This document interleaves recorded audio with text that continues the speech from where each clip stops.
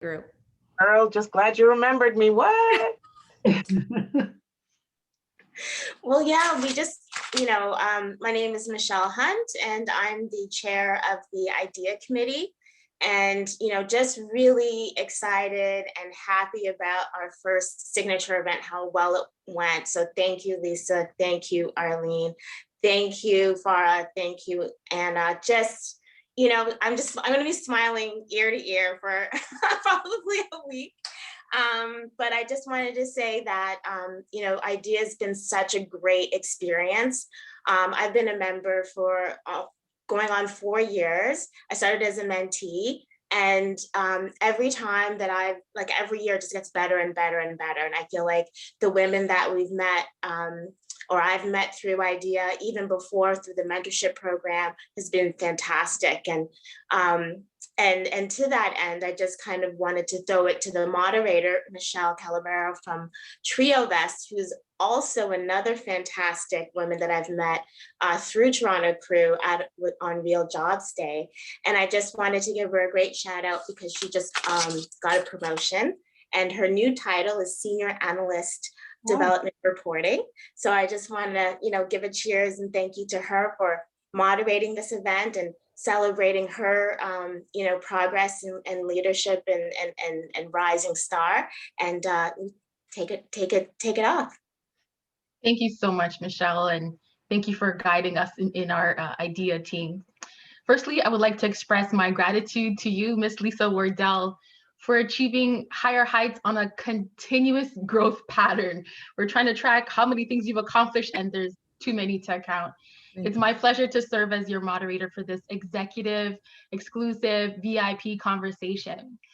Thank you, Arlene, for leading such a wonderful, insightful signature event. It was so well put together. I feel like you guys just have a connection that you can't fake that, it's just real. So thank you guys for that interaction. I've been in commercial real estate for over 13 years, and I share many of your same work ethics on continuous learning and improvement. I'm sure we have a lot of eager people here today ready to take advantage of this exclusive Q&A to ask yourself and Arlene some questions. In a moment, we'll open up the opportunity for video questions. If you are interested, please raise your virtual hand or message to volunteer within the chat. Later on, we'll also review any text questions in case you don't want to be on video that's coming through the chat room. The wonderful Fadila Abdullahi will help with the facilitation of the chat room questions and any request. We have a super short session, 30 minutes, and we would like to get as much questions addressed as possible. So we ask that you keep your questions short to less than 1 minute. My first question is to you, Lisa. You provide a great example of a successful woman and give someone like me a glimpse of what continuous strive for excellence work ethic can achieve. You credit a lot of your company's success to the importance in diversity and how it improves the work culture. I would imagine that allyship plays a big, huge role in that and the achievement of that initiative. How then can we maximize allyship and help convert resistance into a lever for balancing pre-existing inequalities? Lisa? Yeah, and I'll try to keep my answers short too. You can talk as long as you want. I will just say one thing that's related to allyship, and I'll answer the questions. But I have to tell you, as I look across my portfolio and what I do, obviously you get a sense of where pockets are, where women are striving, legal as an example, and pockets where there's just not as much gender diversity. And I have to tell you, in real estate and commercial real estate, it is just my honor to be able to talk to this many women who are in this area. It's not easy. It's not a place where I can just say, hey, I want to see, females. It's very difficult. And so I just commend you for that. And I think to your question around allyship and how do we sort of move or continue to move the conversation in the right direction.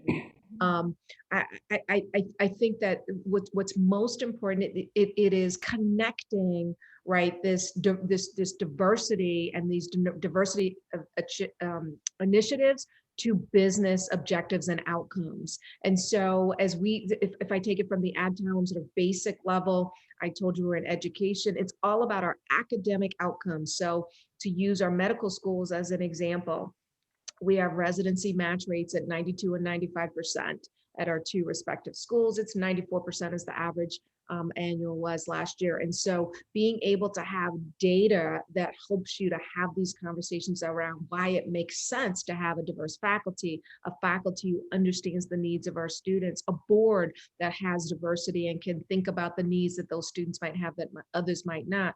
That's exactly the same thing that you can talk about as you think about, commercial real estate development and usage and utilization and, mixed use and all of those things that help build communities. And I would sort of encourage you to think about it that way. Thank you, Lisa, for that response. And that's absolutely correct. To build that allyship, we need to have some numbers. I'm a numbers girl, so we need to have some numbers, Yes. some quantifiable factors of how are we moving the needle? Where's the needle now? So, and I think every company is working on that initiative to build that in. And I think there has to be some more framework around exactly how do we actually execute that. So thank you for that answer. I'm going to pass it to anyone on the line who wants to maybe go ahead and unmute themselves. This is, I see Farah, maybe you have your hand up, I'm not sure. Yeah, I just had a quick question. So I think, at these events, and this is something as even president of Toronto Crew that I think about is, I think a lot of the women in the room get it and they know our own struggles and we know what even needs to happen.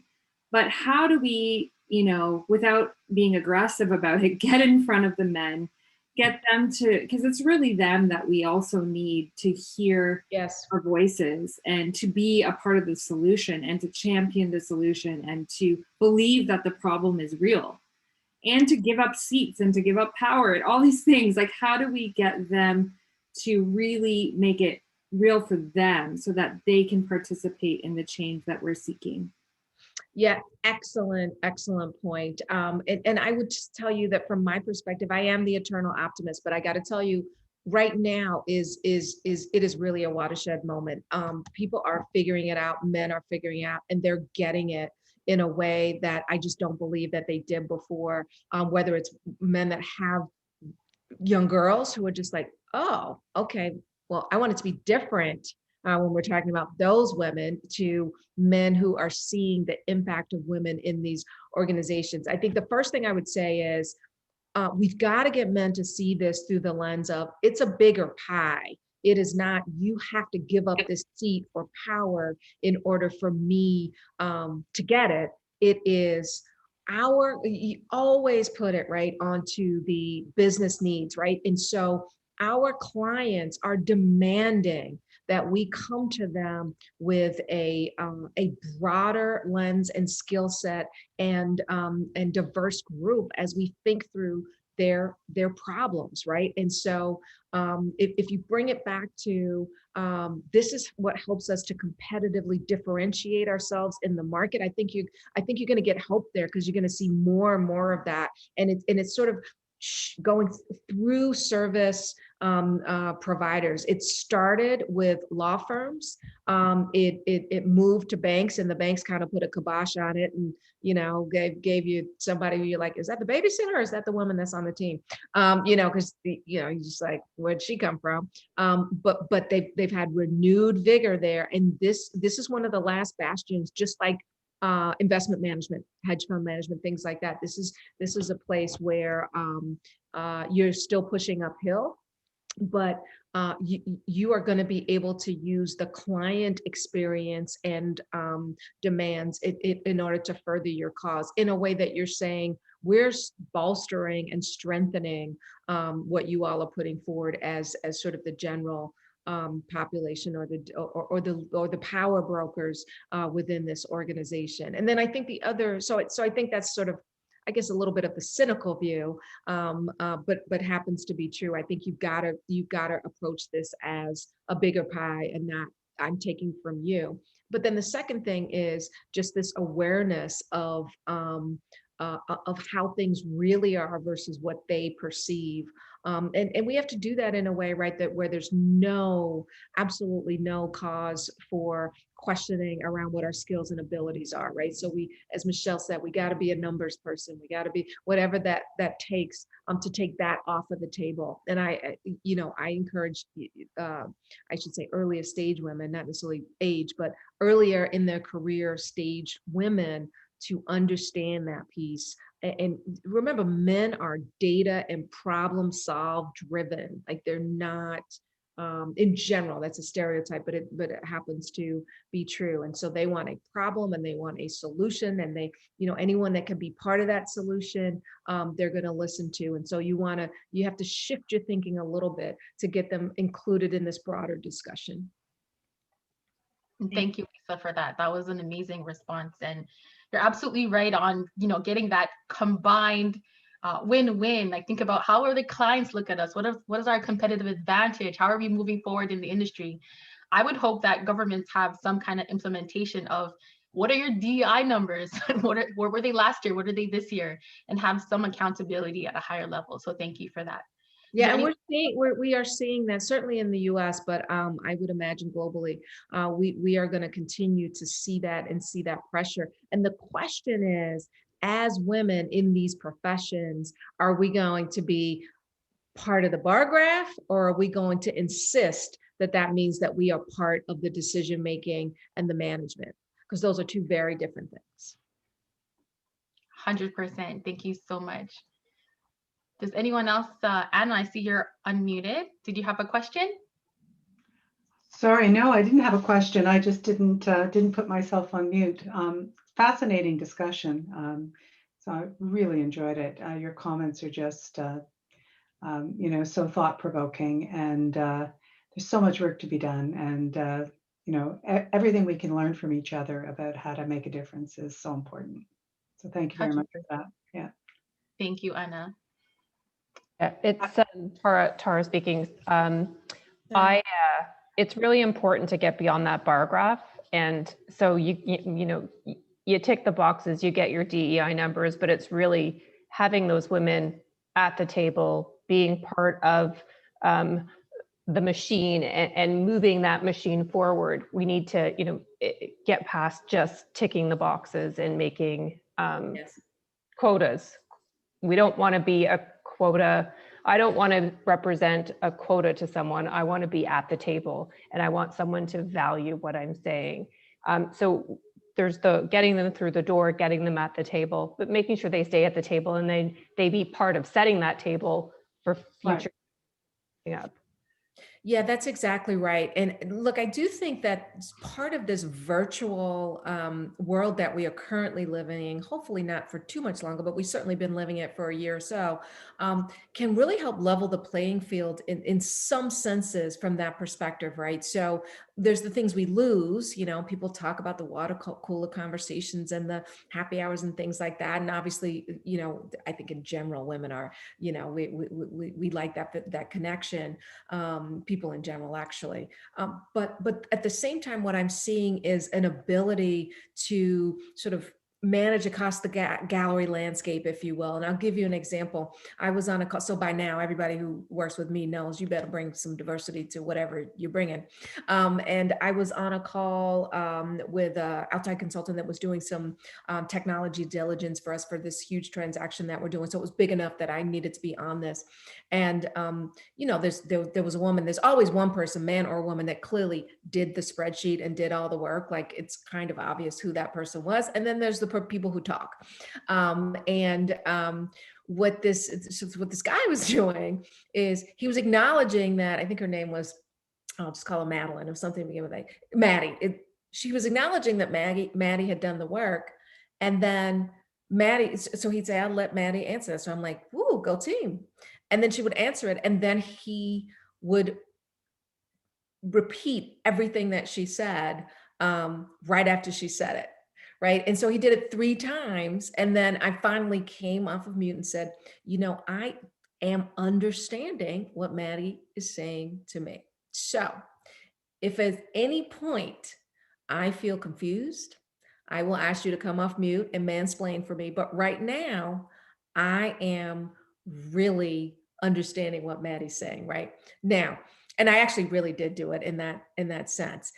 What that does, I think, Tara, is a couple things. One, that will be a moment that Maddie will never forget, right? That's why we need women, and we need to speak up when we're in those positions, right? You don't have to be the CEO. You can be someone as part of a team. So that's going to help her. But secondly, that's that awareness piece, right? That Farrell was talking about, that is just so critical for us to, in this virtual environment, we have this opportunity to do that way in a way that is, it's just instantaneous feedback.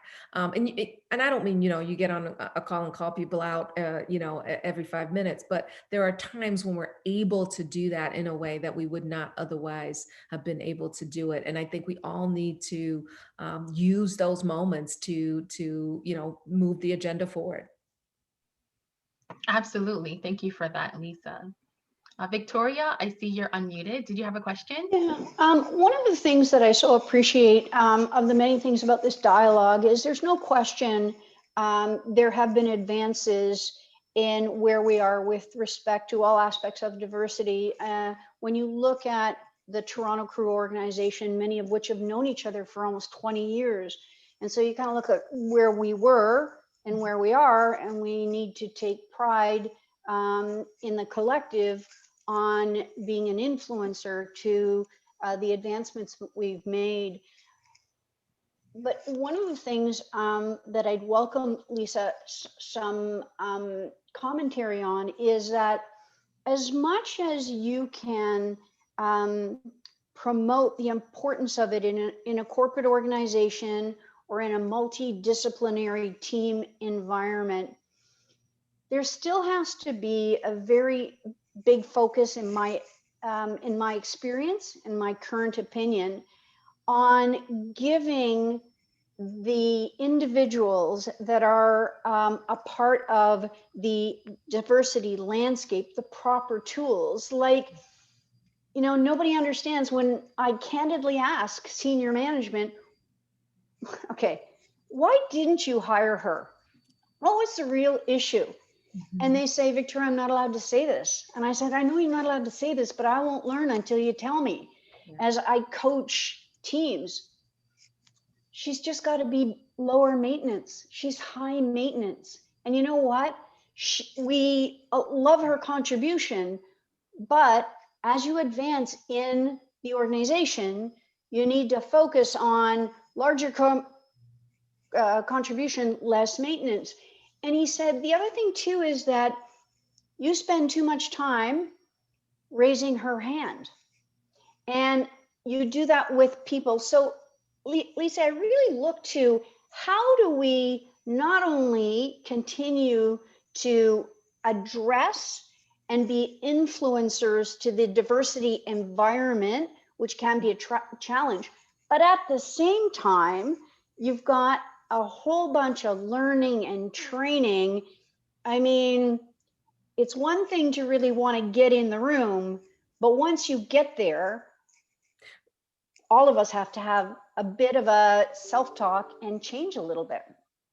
Right. Look, and I think that was sort of Tara's point too. I don't disagree at all, Victoria. So I think a couple of things. I think one, as women, one of the look, first of all, I think in terms of, as we talk about systemic, people ought to be able to answer that question for you. So if people cannot answer that question for you and cannot articulate, that's the same as aggressive, all of these terms that are used for women in general. So I think it's brave of you to push back. But what I would say is one of the things that we can do as women, you say, been in and around this organization for 20 years. So you've had some time in here, is to both receive and give. We absolutely have to be as agile with feedback as men are, right? And we tend not to be. So if we are the giver of feedback, we are more subtle, We talk about all the wonderful things first, because we don't want to hurt feelings. We understand, because we are women, that emotions and empathy are connected to feedback. Men don't do that. Right. And so what they do is say, yo, man, you are like high maintenance. And here's the 5 things you did. Like, how about you just get in the door first, and then we can all worry about that. But here's the 4 things that you did. Don't do it again.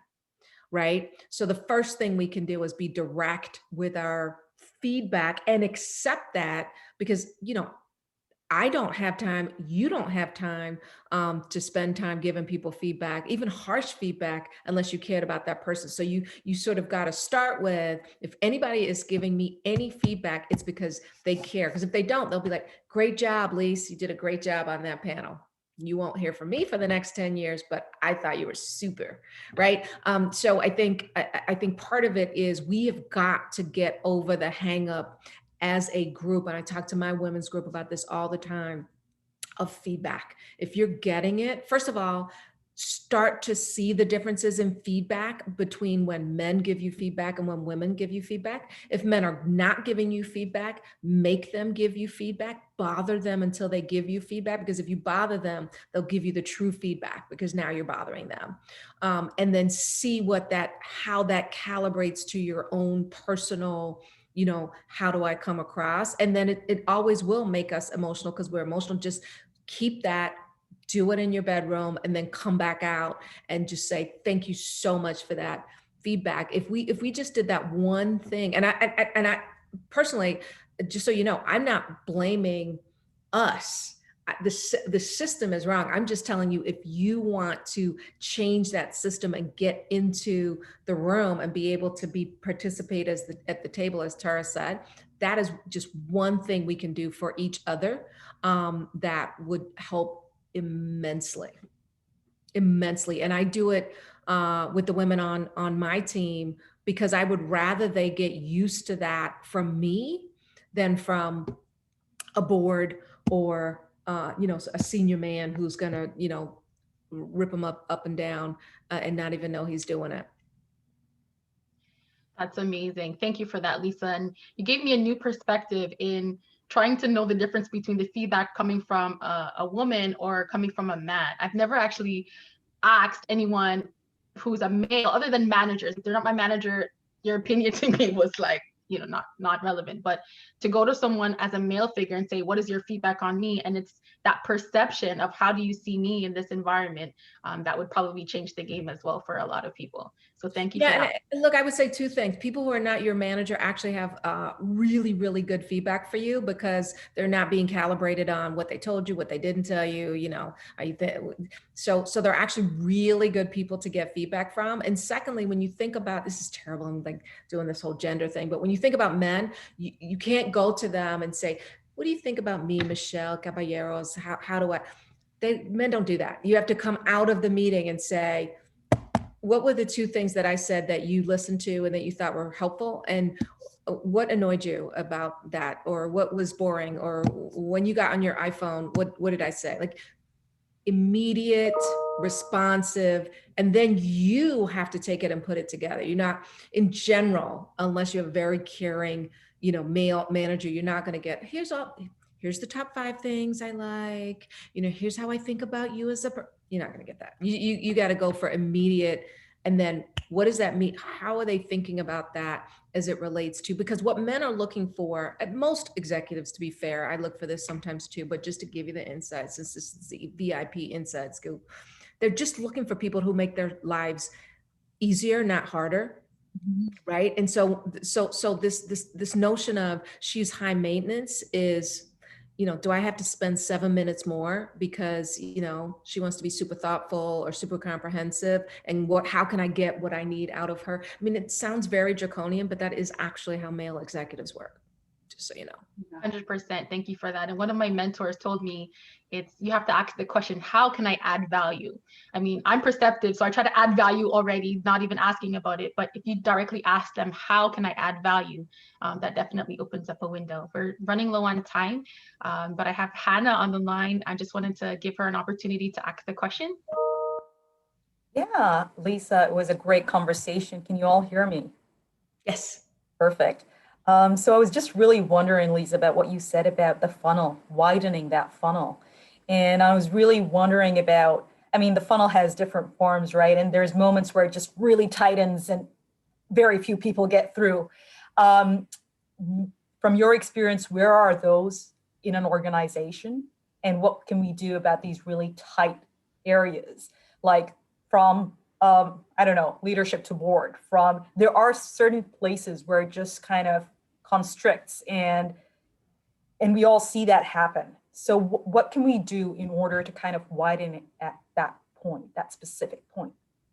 Yeah, so I would say there's a couple of different places. One is from, I'll just use words that may not be the right words for your industry, but one is from middle management, so operational of a team, whether it's functional or a business, to leadership of a P&L or group, or sort of the leader who's not the CEO. So that's one place. And the funnel typically narrows there because the skill sets required for this next role are the exact opposite of what has made you successful moving forward. And leaving aside systemic racism and all of that stuff, I'm just saying for a person, let's call it a stick figure. So down here, it was because you knew the numbers, you know how to manage a project or a deadline, you know how to motivate a team. That team works for you. So they are more motivated perhaps than some others because they work for you, but you know how to do it. And you can tell skill set, all of these things, and you work. And those skill sets work. When your boss needs to be able to influence stakeholders above them. They need to be able to manage information so that it's not an information fire hose, but you're giving only what people need at a particular level. And you're not leaving out anything they do need just because you're not sure how they're going to respond to it. So it's information management, it's communication by influence versus you work for me, you don't work for me, don't, as Michelle, don't care what you think, but I still have to get your buy-in. And then I need to be able to communicate at 50,000 foot what I'm used to doing at 8,000 feet on a daily basis, completely different skill sets. So that's the first funnel. And you need to have mentors that can help you navigate those changes and delegation. If you can't delegate, you're never going past there. You are the best and smartest person at everything that you do. But until you, tell yourself that lie that someone else can do it, you're never getting past that part in the funnel. It just won't happen. The second piece is from there to a much broader stakeholder management. So that's to, I'm running the company or I'm starting my own company or whatever it is. The funnel there can be widened by two things. One is everybody in that organization has to believe that they will have extreme pain if you are gone, and that you will leave if you do not get what is due to you. And I don't mean sort of in a threatening way, like everyone goes and threatens to quit tomorrow and I get in trouble by Toronto crew. I just mean literally when executive teams are sitting around, they are thinking, my God, how hard would this be tomorrow if Farah and Hannah and Michelle didn't show up, and what would I do? And when that answer starts getting narrower and narrower, your funnel starts getting wider and wider. And then the third one is leadership or company to board.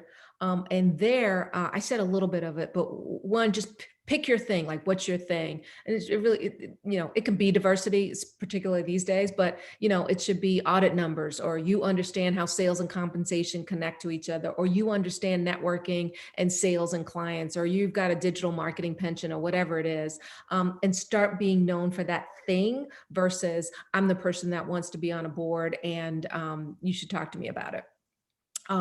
That's the first thing. And then the second thing is, people talk about nonprofit board. You should do that if you like the nonprofit. It has nothing to do with the corporate board. So it's more, what's your thing? And then also what's your exposure to people who are on boards but that see you in a different place. So here in Toronto crew, this is the person that always has the insightful question or helps to organize or facilitates a discussion, whatever the case may be. You're at that point where those people are in and around your life, and you can influence them so that you come to mind, right? You want to be giving them things just like they're giving to you. So I would say those are probably the 3 levels, and it has to do with, people just don't tell people this. I don't know why. It has to do with the skill sets are so disparate. So just like at a board, the number one reason, other than what I talked about, you don't have public board experience, the people don't get on a board is because people come and they have these interviews and they tell management what they would do if they were management. Management's never putting you on the board because they don't want to manage someone who's going to tell them what to do, because they want a board, not a second management team, because it's really hard to get things done. And so that's just something that people wouldn't tell you, but it's so obvious once I'm telling you. So now you would go into an interview and you would say, well, I'm not, you all in management, you know the business better than me. Here's a couple places where I might be helpful if you're looking for help. People who are first-time board interviewees, they'll come in and tell me, how to run my e-commerce. I know how to run my e-commerce. I'm the CEO. You know what I mean? So just food for thought. Hopefully that Thanks for helped. that was a lot of food for thought. I'm absorbing everything and just like, OMG. It's amazing to have this exclusive conversation with you. I'm going to be mindful of your time. Thank you for gracing us with an extra 30 minutes. I'm sure everyone who wanted to got an opportunity to ask you a question. And I thank you for being so candid, honest, real, and you have so many examples and insights to add color to your story. So thank you so much for that. You're welcome. It was fun. I'm going to get in trouble. I'm like 4 minutes late. Thank you. Thank you, Lisa. Bye, guys. Bye, Arlene. Bye. Thank you, Arlene.